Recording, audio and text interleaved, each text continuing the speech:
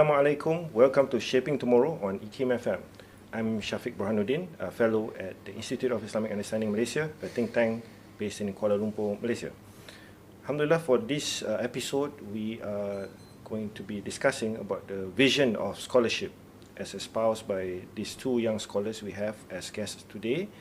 They are Dr. Muhammad Hilmi Ramli, Director of RZS-CASIS, or the Zarith Sofiah Center for Advanced Studies on Islam, Science and Civilization, based in UTM, Kuala Lumpur, University of Teknologi, Malaysia, as well as his colleague, Dr. Muhammad Ikhwan Azlan, who is a senior lecturer at the same place, a graduate school, a distinguished one, I dare say so. Gentlemen, in this episode, perhaps we'd like to learn more in terms of a question, but that is perhaps, again, taken for granted in today's world. But and in the same time, more so questioned in terms of its relevance today. The question of scholarship and knowledge, and some would consider it a theoretical pursuit, which lack relevance, real world relevance, right? So there's also a growing conversation in terms of what kind of scholarship we should be emphasizing on today as well. Of course, when we say the word scholarship, we do not mean by it financial aid or financial assistance, which is also the case. Okay. But we mean by it the generation, interpretation, and dissemination of new discoveries or new knowledge, often through a certain process, so through a systematic, rigorous, and a peer-reviewed process, among others, as defined conventionally. But perhaps we'll begin by, let's learn very briefly, what do you understand by scholarship and what kind of scholarship are you espousing here at RZS-CASIS? Dr. Hilmi. Thank you very much, Dr. Syafiq, for highlighting these important issues with regard to scholarship. I think we are fully cognizant of the fact that there are also problems, among the Muslims. For example, what is happening in Gaza, for example, the problem of economic, social, everything. But we are discussing about scholarship, which maybe some people, they are thinking that this is something unimportant, as you rightly pointed just now. I think when we discuss about the vision of scholarship, this is not something that we would consider as something which has not been considered before. We believe and we are humble to say that this is something that perhaps it has been already there. Maybe some people neglect it, some people misunderstood it, some people confused about it. So that's why we have to discuss it again to give clarity of what knowledge is and what scholarly tradition is. Maybe I would like to begin with a brief definition of what scholarly tradition is. I think you mentioned just now, even in our discussion before we are having this, conversation, I would say that scholarship or scholarly tradition, it refers to an activity of alim, maklum, and ilm. So it involves these three entities, which is alim, the scholar, teacher, educator, and the subject of discussion, the student, the participants, and also the object of it, which is knowledge.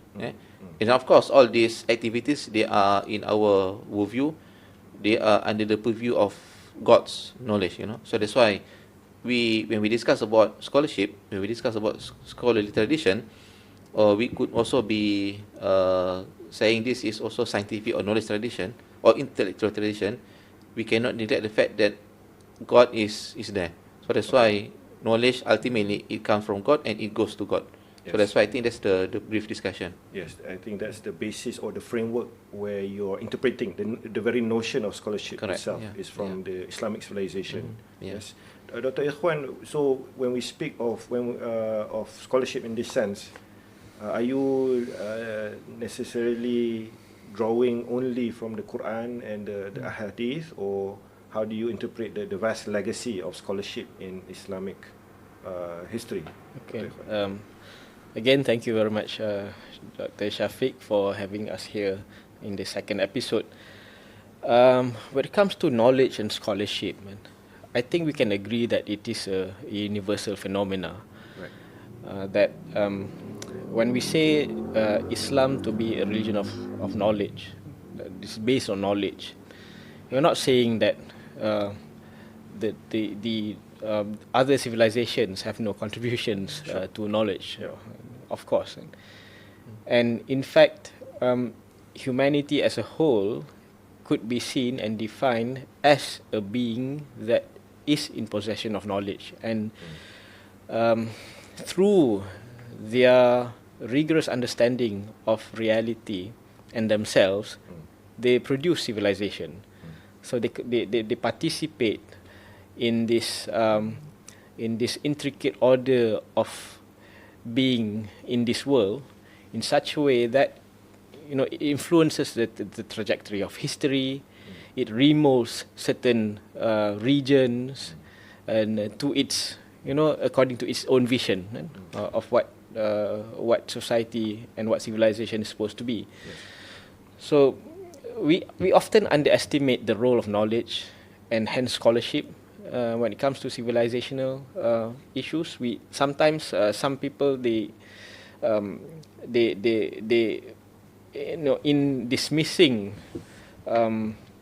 what they call as theoretical things and trying to emphasize on practical matters, they are actually dismissing a very fundamental aspect of our existence here on earth.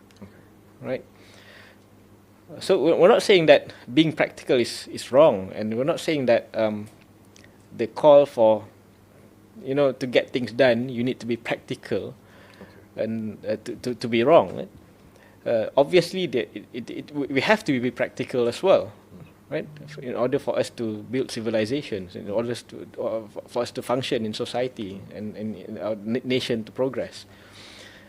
But that is, but reducing everything to things that is of practical nature is a half truth, and it's not the entire picture. Right. And so, like, theory and practice is like two wings, without either you can't fly. You need both wings. Okay. So scholarship and scholarly activity is an activity that preserves that aspect of civilization. Right. Yeah. Now at CASIS, you being a Center for Advanced Studies on Islam, Science and Civilization, surely, I mean, you draw from the great wealth of the Islamic scholarship, right? But can you tell us more how you go about that and what do you do with that? I mean, do you just study these classical books just for the sake of it? And how do you try to extract the great wisdom that there is there in the Islamic scholarship? And how do you position, as Dr. Ikhwan says about the great contributions from other civilizations as well? And what do you do with that? And in terms of your vision of scholarship, Dr. Hilmi? Well, CASIS being one of the school under the Faculty of Social Science and Humanities, we are part of the big university. So of course, the scholarly tradition here, we want to serve some purpose of education, which is to produce a good students.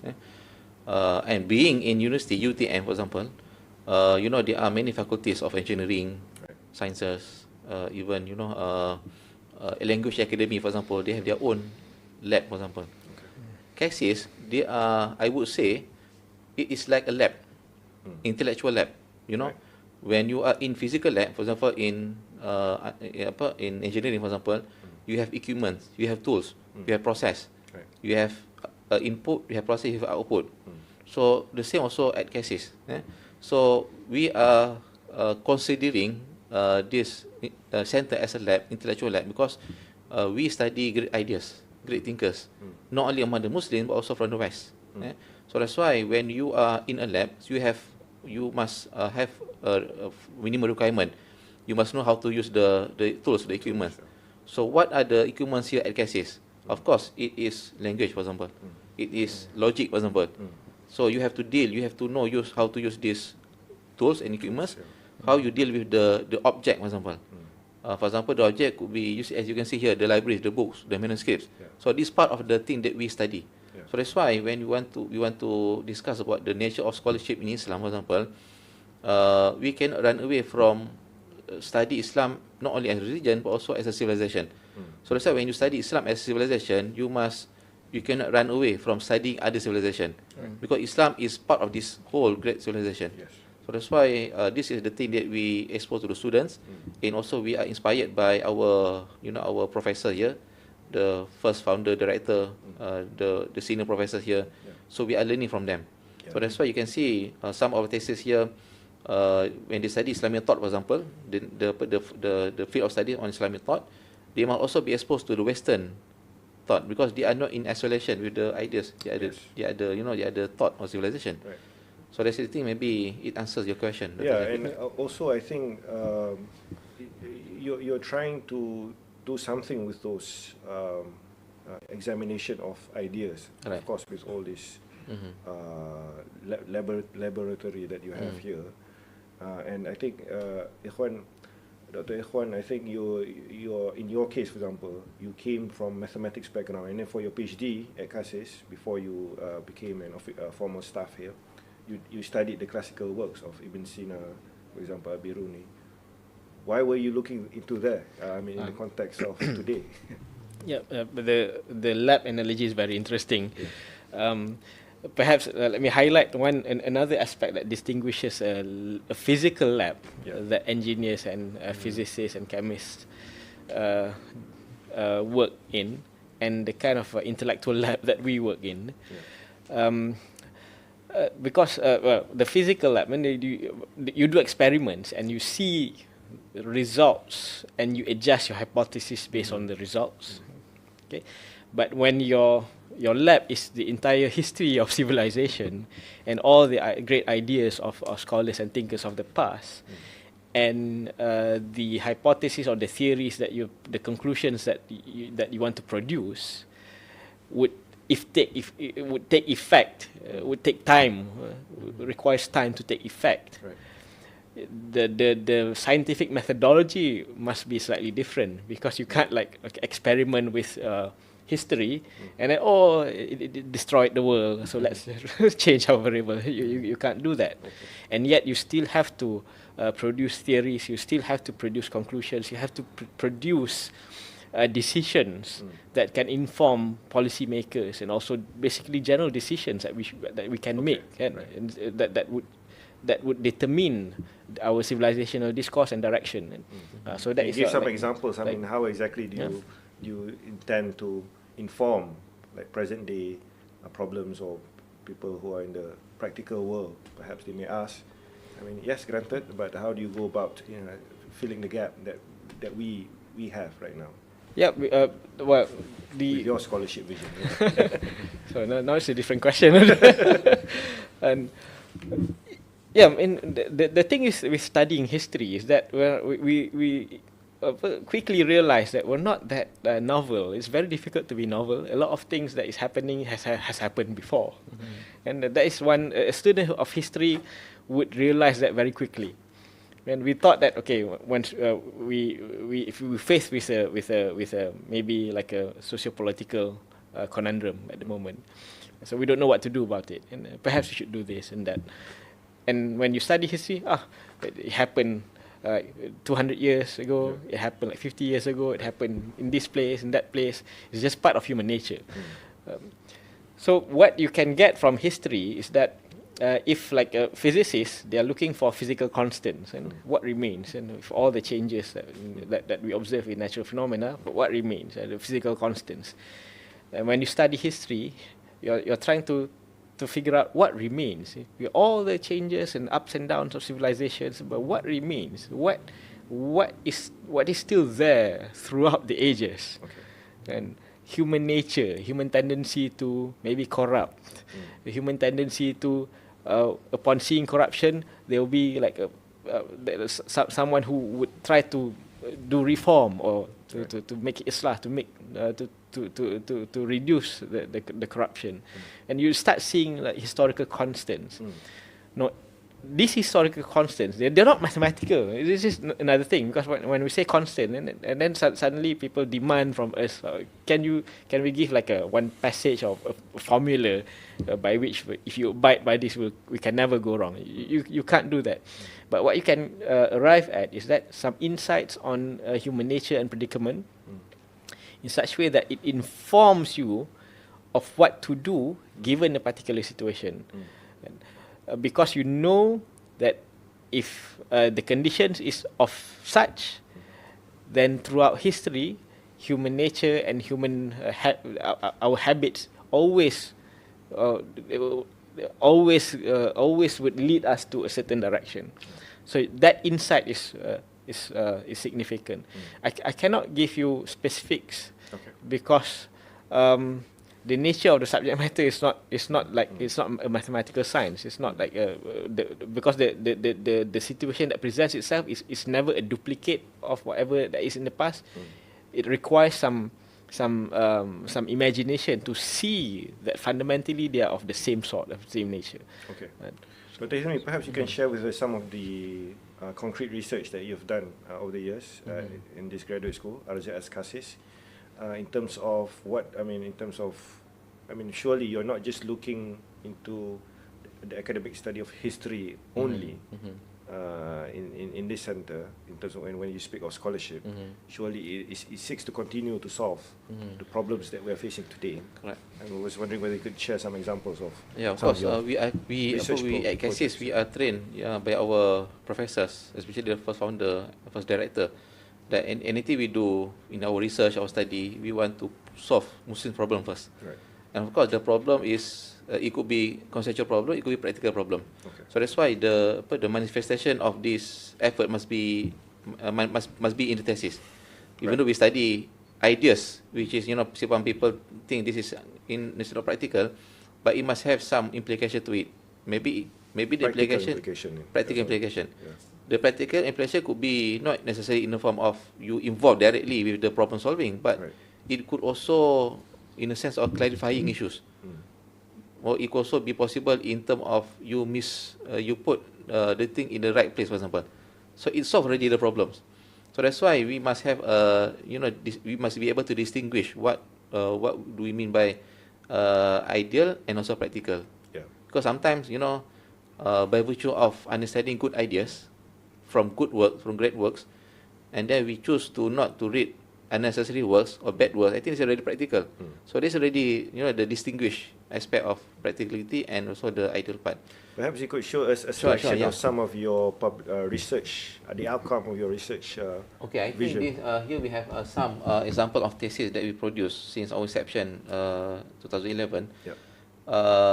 Maybe this is a master thesis by our student Nabila Yasmin from Aceh. Her study on the Mi'raj As-Salikin, karya Muhammad Khatib Langgin dalam tradisi tasawuf di Aceh abad ke-19. She studied this manuscript on tasawuf in Aceh in the 19th century. Okay. So this is one of the things that she studied. Okay, maybe we want to make a connection. What is the relation between this study to our philosophy at CASIS? I think first thing first, we understand that the process of Islamization, for example, in this Malay world, it happens according to Prasalatas in 3 stages. The first stage was in 14th and 15th century. That was the beginning of Islamization. 16th, 17th century was the intensification of Islam. So that's why during this century you can find, for example, Hamzah Fansuri, Syekh Nuruddin Ar-Raniri, and later Rauf Singkil and many others. And from 18th century until now, this is the disruption stage, where the colonial, the secular ideas came. So from this study, we can find to what extent this civilization has evolved. And you can see the depth of discussion, for example, in this particular work, for example. So, for example, some of the ideas discussed by Hamzah Fansuri and Radin, for example, they are at par with the great scholars in other part of the Muslim world during that century. But later, after the coming of colonial, for example, it disrupt the process. So that's why most of the scholars they discuss not as depth as the two great scholars, like Hamzah Fasuri and Ramli. So in this case, we can know the nuance of the discussion, the depth of the discussion. Right? This is one of the things. Maybe a more Western example of this. People, when we talk about history of science, and often the Western narrative, they would highlight the episode of Galileo and the church, and what happened at that time was Galileo entered into a debate with the church, and some of the results of the debates was documented, and he actually dictated it down and published it, and so and they had a mature enough system where published works were then sent to libraries, and later on a young student by the name of René Descartes read Galileo's work in his school library and was inspired by that. I mean, this is what scholarship brings. And then when we study this, the kind of discussion that they have at that time, and then we look into some of the discussions that our scholars of the past have had, like Al-Biruni Ibn Sina, for example, and Sirafi and Mata Ibn Yunus, and we see that they are the same kind of discussions.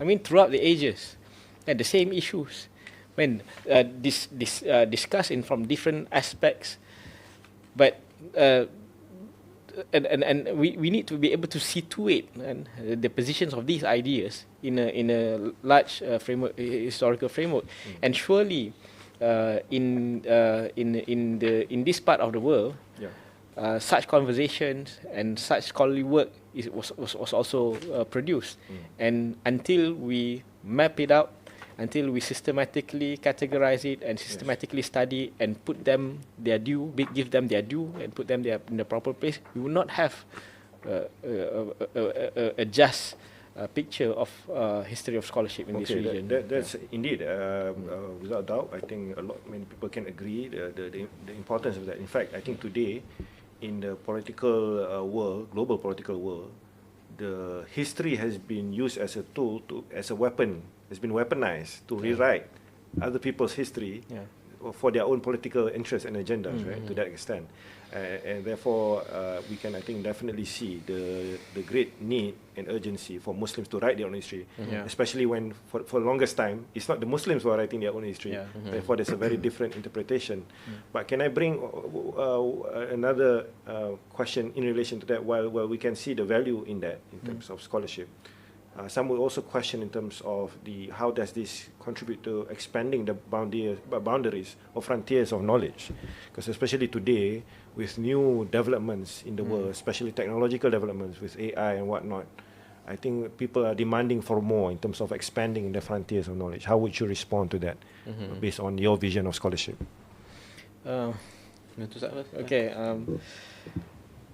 Okay, that's a very important question.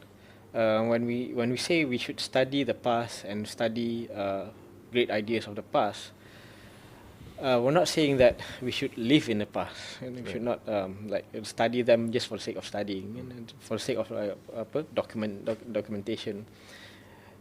We want to gain insight of the past to explain the present. That's one thing. And secondly, when you said you talk about that our history has been written by other people, right? So some people, they say history is written by the victors, right? But then somebody told me that history was not written by the victors. History was written by those who write. So that would be like a challenge to us lah, that we have to write our own history, and we have to study them. But with regards to frontiers of knowledge, first, when you study history, you notice that these like groundbreaking leaps, in ideas and in the sciences, it does not happen every day. And sometimes we speak of this progress as if you just do this research and you'll get all these leaps, and you always push the frontiers of knowledge forward and expand. But it's not necessarily the case, and sometimes it's just an elaboration of the same set of ideas. Right. So when we talk about frontiers of knowledge, really, we mean really breaking discoveries, and these are far in between. And only when you have enough historical insights that you are able to notice this and to understand that where is the real development happen, how does it happen, and because if you understand that, then it will inform you, okay, what kind of policy, what kind of system, what kind of scholarly practice that we should encourage. Right. Because otherwise we live in an imaginary world. We thought that, okay, if we just pursue on, do more lab research, we'll get more discoveries. Whereas when you look at history, no, that's not necessarily the case. Sometimes it's not like more rigorous in one particular subject matter, but sometimes you have to intermarry between various disciplines, and sometimes you have to give up on certain ideas altogether in order for you to be able to gain insight on certain other aspects. So there are many of these things that would inform, and universities, institutes of higher education have to allow this to happen. When they have to have enough historical insights to know that these are the ingredients that has to be in place in order for the frontiers of knowledge can be meaningfully pursued. Okay. Otherwise, yes. And I think, Dr. Hilmi, I think you're well aware already. I think in higher education today, they're speaking about a more multidisciplinary approach, as per what Dr. Ikhwan is saying, or interdisciplinary. How would you position in terms of the scholarly approach or the vision of scholarship that you are espousing here at CASIS? Well, I think this question is still related to the previous question that you asked, Dr. Ikhwan and me. Actually, underlying this claim that you said just now, there are some issues that we have to solve, which is knowledge is not neutral. So that's why, even though you are, when the claim that only the winners or the writers wrote history, I think it shows the underlying problem, which is knowledge is not neutral. So it can be interpreted by... it can be interpreted, it can be molded into certain worldview, which are more powerful maybe, which are, influential, which may not really reflect the truth claims or the overall perspective of a particular civilization. Correct. That's why we must begin with the basic foundation of knowledge first. So even though, you were having great history, for example, but you know how to interpret data in your history, I think it could give more meaningful to the discourse or to the scholarly tradition. So that's why first we must begin with the proper framework of knowledge. That's why knowledge is neutral. And with regard to the frontier of knowledge, I think among the Muslim scholars, they never discuss this. They never project in their mission of knowledge to challenge the boundary of knowledge, because they are humble enough. For example, in this thesis by Ibn Haytham, by our first student of PhD, Dr. Usep, Ibn Haytham dan falsafah sainsnya dengan rujukan khas kepada kitab Thamaratul Hikmah. Ibn Haytham and his philosophy of science with reference to his work Thamaratul Hikmah. Ibn Haytham is known as a scientist, right? But he wrote this work to explain the fruit of philosophy. He doesn't want to challenge the boundary of sciences. From this, you can derive the fact that even though you contribute something which to understand the effect of the sciences, it's already good. It gives meanings. So that's why we are not so ambitious to discuss how to challenge the boundary of knowledge. So I think first we are coming from different line of argument. We acknowledge the fact that among the modern science, they must challenge this reality because they want to prove. They want to challenge these realities.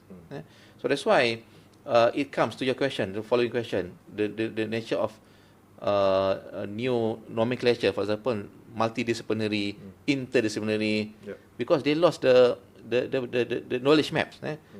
If we were in the past, for example, we understand our Muslim scholars classification of sciences, for example, they know already this is Fardu Ain, this is Hadith Kifayah. Fardu Ain is sciences or knowledge that is related to the individual. So of course, in Muslim worldview, what are related to us is God. God is the central in our ontological framework. Anything we do is for God. we do goods, we do ibadah, everything is meant for God. So that's why it centers around God. So fardu ain and fardu kifayah. Fardu kifayah is communal obligation. And of course, when we discuss again this fardu ain, fardu kifayah, ideas, practical, sometimes they are not of equivalent level. Sometimes we tend to make it equal. Right. For example, if you have mastered certain knowledge of fardu ain, for example, you must also be equal to some sciences of fardu kifayah. But as a matter of fact, actually, fardu ain is the foundation. It must be given more weightage, more strength, more emphasis compared to fardu kifayah. So from here we can see the subtle differences. Fardu ain and fardu kifayah, ideas and practical. Of course, as what Dr. Ikhwan mentioned just now, even though we want to try to balance ideas and practical, but of course, the one that make practical more meaningful is the good ideas. So that's why we must understand properly ideas, what is good ideas and so forth. I think to perhaps further illustrate your point about having good practical outcomes based on good ideas, is that beautiful analogy you just shared from this book by Ibn Haytham about the fruits. So basically, if you were to use an analogy of the tree, which I think CASIS speaks a great deal of, you want to look at scholarship as a tree, perhaps, having the right roots, so that we will have the right fruits emerging, which may not necessarily be the perspective that is shared by modern scholarship in many in certain places or many places. But in that regard, when you look at from that perspective of good fruits that you are aiming for, what kind of research program or research agendas are you promoting here in CASIS that you are espousing with your vision? Of course, I think can I respond to Dr. Syafiq? I think this is quite an interesting point that you pointed that about the good tree. And we are inspired by the verse in the Quran, kalimatun thayyibatun kasajaratin thayyibatin asluha sabitun wa furu'an fis sama. Meaning to say, good words or knowledge is like a good tree. So that's why I think inspired by this Quran verse, whatever we do for the sake of knowledge, it must produce good result. Result in the sense of the research, the students, the institution, the thinking of the students, the adab and so forth. So that's why here at CASIS we emphasize research mainly to understand our own religion, Islam. Islam is already encompassing everything: thought, practice, civilization, scholarly tradition. So it involves many things. But we have to be focused, because in university you must have your own, field of studies, field of expert, for example. So at least at CASIS we have philosophy, Islamic science, and also civilization studies. So these are the areas that we want to focus on. And each of these studies, they are interrelated. Even though you study Islamic science, for example, you cannot deny the importance of philosophy, the foundation. Even you study philosophy, for example, you cannot deny the fact of the importance of civilization, because we are interrelated. This is what we call as unifying framework.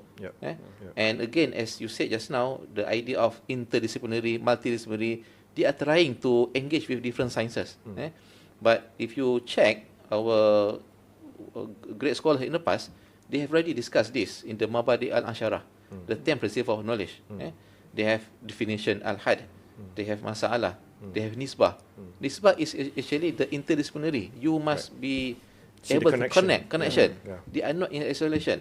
So we have already, this foundation in our tradition. What we can do here at IKIM, we want to revive it, when we want to repackage it to address the modern problem, modern issues. Now, perhaps the government and the private sector, not in this country, everywhere, perhaps is in need of this kind of scholarship approach, as a tree, as you said, not merely for the sake of scholarship, but with the aim of producing good fruits, whether in terms of the people or in terms of the direction of research or direction of a particular trend or even a government direction. So, but perhaps you could make a case, why should the government as well as the practitioners, private sectors be supporting your research more? Because now the trend is to focus more on STEM, because that is what they envision will solve problems is more urgent, and perhaps it's more promising financially as well for economic growth. How would you counter an that? Assumption. Yeah, okay. I mean, let me talk about these works further. I think a lot of what is mentioned by Dr. Hilmi, there's a lot to unpack there. When the author of this, he's a trained physicist. Yes. Now he's a gentleman from Indonesia. Now he's a lecturer in Institute Teknologi Bandung. And he's teaching physics at the moment in ITB. Yeah. And he's studying Ibn Haytham's philosophy of science. Yeah. Ibn Haytham lived about 500, 800 years ago, yes? 1,000 years ago. Has been around for 1,000 years. Okay. And it's of interest for like physicists and mathematicians to see some of the more modern mathematical formulas like Snell's law. Like we should not even call them Snell's law. It's like Ibn Haytham's law. Okay. And in the Western narrative, they acknowledge Ibn Haytham as the father of modern optics. And, but this is just like one work of his. And we need to really understand his milieu and also what goes on in his thinking. Meaning, what inspires him to write the things that he wrote. Meaning, is there anything got to do with his understanding on the nature of light? Because as we know, of all the things that was discussed by ancient philosophers, the Greek philosophers, because usually we go back to the Greeks, right? And then of all the physical manifestations that is being talked about or being discussed, and light is an enigma. I mean, they don't know they don't know how to situate light. And so some say that the sight is a light, but some say no, lights come from outside to the human eye, and this, so on and so forth. It's philosophical discussions. And but what informed Ibn Haytham's philosophy that led him to describe light the way he described it, which later on led to a reformulation of a scientific representation of how light behaves, that enables modern science to happen. So this is what we have to ask these questions, and who's more suitable in dealing with this except other than people who are maybe trained in physics and particularly maybe photonics. And so if you're stuck with your experiments and your grand problems, perhaps you can come over and do this sort of research. It does not require millions of ringgit. It requires maybe it's just a tiny portion of it and a space. And the opportunity, and the language, the facility of language, and the environment, the access to scholarship. Are you sure you want to say that you don't need that much money? Because now that is the trend, and you in the future, like in the West, is already they are already defunding scholarship on these matters. So, but Okay. Let me be a little bit more careful. So, to have a lab, a physical lab, and the equipment, that alone costs like millions. So, but if you invest in this kind of study, I mean, we're not saying that stop investing in STEM. Right. Of course, you need labs. You need some data centers. You need to invest in that as well. But we're saying that it does not require that amount of resources to have a conducive environment where this kind of study can happen. But after that, you need resources to build libraries. You need resources to pay researchers and workers to encourage them to be able to allow them to work full time, and so on and so forth. That takes that is obviously requires resources, and so I'm not like downplaying the financial requirements, but I'm saying like if you compare this to like building a gargantuan instrument like the LHC, we can't. So and another example. This is another. She's trained as an engineer, right? And she has a facility of Mandarin, Chinese language, and she studied the key terms from Wang Dayu's Zhengzhao Zhenchuan and the Worldview of Islam. Right. When this is another area of study where this is from which century? Sorry. This is from actually 7th century. He about was 300 living in years the same milieu of Raniri. Can you imagine? Okay. Raniri in the Malayan world, Yep. Wang Dayu in the China region. Great. Yeah. He's one of the greatest Muslim scholars in China. Yeah. That she studied. Yeah. So, in geopolitics, people speak of multipolarity and the rise of China, etc., etc. But who has the insight of what happens in China in those centuries ago? And what is the relation between the Chinese civilization and Islam? Yeah. What is the relation between the Chinese and the Malay world? Yeah. When we have narratives, but these narratives are unsatisfying. Yeah. It does not, it does not explain deeply the nature and the interactions and the exchanges. Were the exchanges merely economical, or were there intellectual exchanges as well? And what sort of ideas that is common between these regions? How was Islam practiced there as part of the Chinese Empire? How could it be practiced as part of modern Chinese Republic, etc., etc. Okay. And so this requires proper study, and an engineer is doing this, right? Another example, maybe another engineer. He's a chemical engineer. So he's studying the Sufi doctrines and practices of Jalaluddin al-Ashi. So this is actually his second PhD. Right. And, so again, pursuit of scholarship and pursuit of doing research in CASIS, not just about like trying to get an academic position in that university or to fulfill certain KPI. You can do a PhD because you are curious enough, because there's something that you need to know for yourself. Yeah. And when you have that personal investment in your own study, when the result becomes meaningful. So when this goes to the shelves, and some other souls, who has this affinity to this sort of, would find meaning in this kind of work. Thank you, Dr. Ikhwan. Speaking of investments, Dr. Hilmi, as director of RZS-CASIS, do you see enough investments being made to this kind of scholarship? This is a very unique kind of scholarship, and sometimes investments are given to Islamic sort of research as well, but maybe not in Malaysia, not in places like this. Perhaps they see there's more potential for Muslims in the West, for example. What do you have to say to that? Yeah, to be honest, there are still a lot need to be improved with regard to the investment in this particular field. Right? If we were to make a comparison with the West, they are quite generous, when it comes to scholarship. The books, the scholarship, the sponsorship, the publication, they spend a lot of money, for this, because they know the intellectual powerhouse that they need to build up. When I was in Chicago 2 years ago, I visited the library. You can see the enormous collection of works on Islam in all aspects, all fields.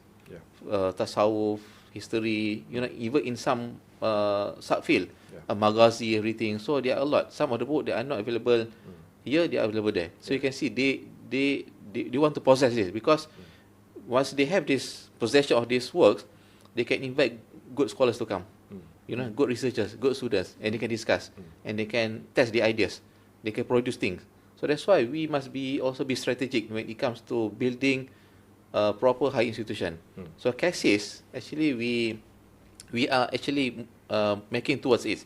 That's why here at CASIS we give emphasis on the library, on the books. There are some books they are contributed under the name of Wakaf, for example. The donor of this Wakaf or this book, they are common people, but they love knowledge. They want to see people read the books, so that they contribute the books. So that's why you can see the investment is still need to be improved. So how to improve it? I think it must have commitment, support. Dr. Hilmi and Dr. Ikhwan, I'll frame it like this. I'm a billionaire. I'm ready to hear to you to put in my money. And this is I frame it as the last question. Dr. Hilmi, Dr. Ikhwan, I'm a billionaire. Now, what is your plans moving forward? I want to see your foresight, and why should I put my money to your scholarship? Both of you, perhaps. Yeah, of course, for me, This is the director. we want to make CASIS, Kuala Lumpur, Malaysia is the intellectual center. All knowledge gravitated here.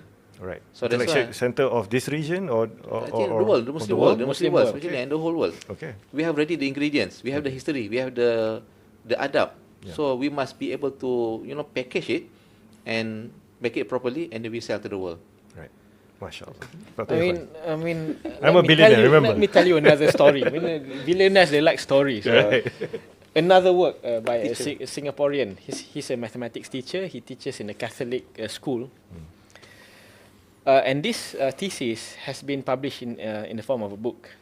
And our colleague, Dr. Hazika, she went as a part of to lead a delegation, Malaysian delegate to the International Philosophy Olympiad last year. This is Olympics for philosophy. For philosophy, for high school students. And then one of the leaders from the other participating countries, they bought this book from this person. And so, Hazika, this is a very good book. And the title is Academic Excellence in Al-Ghazali's Educational Writing. Which has been published. You can find it. It's available for purchase. And then Dr. Hazika, this is my friend. I know this guy. And this is a result of a thesis done in RZS-CASIS. Yes. So there's a lot of potential of the works that is done here if put in the right packaging, put in the right place, put in the right presented to the right audience. It will have global significance. Well, it will have global significance because it transcends history, transcends civilization. It's multidisciplinary. It involves the sciences. It involves economics, politics, and geopolitics, etc. And if you have enough resources, we can train more people, and we can hire the right amount of supporting staff for us to be able to do this more effectively. Thank you very much. Pleasure. Gentlemen, it's been a real honor. Alhamdulillah, ladies and gentlemen, we've been with two young scholars from RZS-CASIS, the Raja Zarith Sofiah Center for Advanced Studies on Islam, Science and Civilization. Thank you once again, Dr. Muhammad Hilmi Ramli, the Director of RZS-CASIS, as well as Dr. Muhammad Ikhwan Azlan, the Senior Lecturer at RZS-CASIS. Inshallah, stay tuned to Shaping Tomorrow in our upcoming episodes. With that, thank you very much on the question of vision of scholarship on Shaping Tomorrow. Wabillahi taufiq wal hidayah. Wassalamu alaikum warahmatullahi wabarakatuh. Waalaikumsalam warahmatullahi wabarakatuh.